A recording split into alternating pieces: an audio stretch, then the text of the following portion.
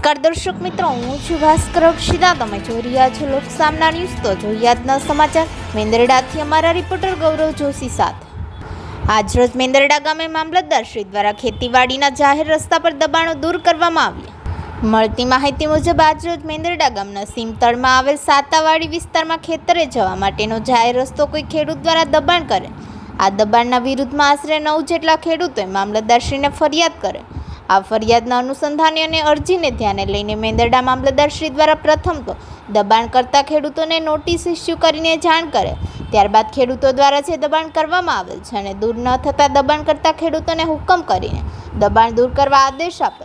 તેમ છતાં દબાણ દૂર ન થતાં ફરિયાદી ખેડૂતની અરજીને અનુસંધાને તંત્ર દ્વારા કડક પગલાં સ્વરૂપે રસ્તા પરનું દબાણ દૂર કરવામાં આવ્યું.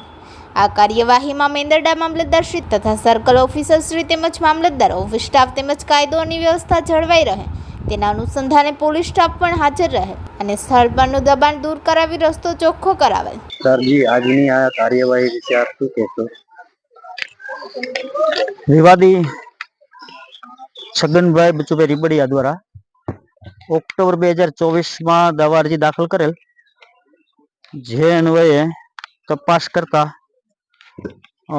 મામલતદાર કોર્ટ એક્ટ તળે આ દાવો લેવા પાત્ર થતો હોય 5/12/24, 19/12/24, 7/1/25,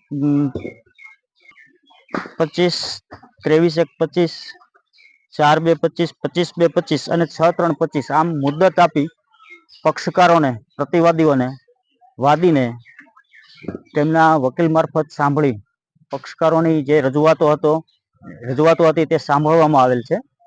સ્થળે રૂબરૂ મુલાકાત પણ લેવામાં આવેલ છે. તે અગાઉ મારા સર્કલ ઓફિસર અને રેવન્યુ તલાટી દ્વારા સ્થળ તપાસ કરી પંચરોજ કામ કરીને નિવેદન લેવામાં આવેલ છે. જે મુજબ વિવાદીની અરજી યોગ્ય જણાતી હોય તેમનો જે રસ્તામાં અડચણ ઊભી કરવામાં આવેલી હતી તે પ્રતિવાદી દ્વારા દૂર કરવા માટે 7/3/25 ઠરાવથી હુકમ કરવામાં આવેલ છે.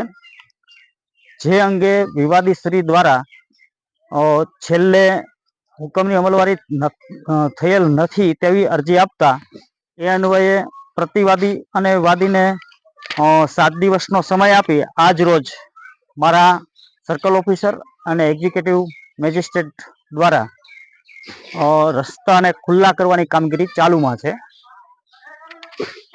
સાહેબ, આપે અગાઉ નોટિસો પણ મોકલેલી હશે ને? હા. પ્રતિવાદીને? હા. હાલ અત્યારે વાદી તરીકે કેટલા પક્ષકારો છે? છગનભાઈ રીબડિયા. અને આગામી દિવસોમાં અવાજ બનાવવામાં આપની શું કાર્યવાહી રહેશે?